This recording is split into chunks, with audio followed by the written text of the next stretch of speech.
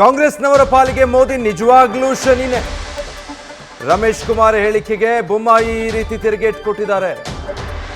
ಮಹಿಳೆಯರಿಗೆ, ಬಡವರಿಗೆ, ದೇಶ ಪ್ರೇಮಿಗಳಿಗೆ ದೇವರು, ಕಾಂಗ್ರೆಸ್ನವರಂತ ಭ್ರಷ್ಟಾಚಾರಿಗಳಿಗೆ, ಭಯೋತ್ಪಾದಕರಿಗೆ ಮೋದಿ ಶನಿನೇ, ಅಂಥವ್ರಿಗೆ ಮೋದಿ ಶನಿಯಾಗೇ ಕಾಡ್ತಾರೆ ಅಂತ ಬೊಮ್ಮಾಯಿ ರಮೇಶ್ ಕುಮಾರ್ ಹೇಳಿಕೆಗೆ ಟಾಂಗ್ ಕೊಟ್ಟಿದ್ದಾರೆ.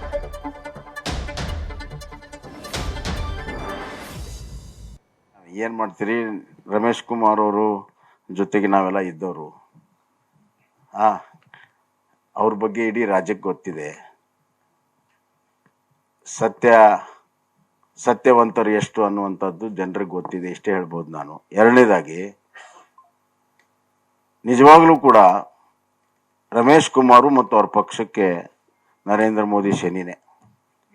ಯಾರು ಭ್ರಷ್ಟಾಚಾರ ಮಾಡ್ತಾರೆ, ಯಾರು ದೇಶ ವಿರೋಧಿ ಚಟುವಟಿಕೆಯಲ್ಲಿ ತೊಡಗ್ತಾರೆ, ಯಾರು ಜನ ವಿರೋಧಿ ಕೆಲಸವನ್ನ ಮಾಡ್ತಾರೆ, ಅವ್ರು ಶನಿಯಾಗೆ ಕಾಡೋದು.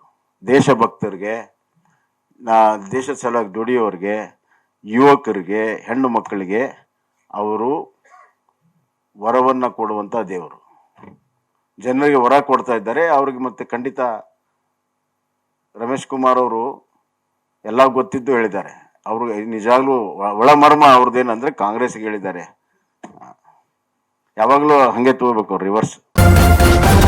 ನ್ಯೂಸ್ ಫಸ್ಟ್, ನಿರ್ಭೀತಿಯಿಂದ ನಿಮ್ಮ ಪರವಾಗಿ.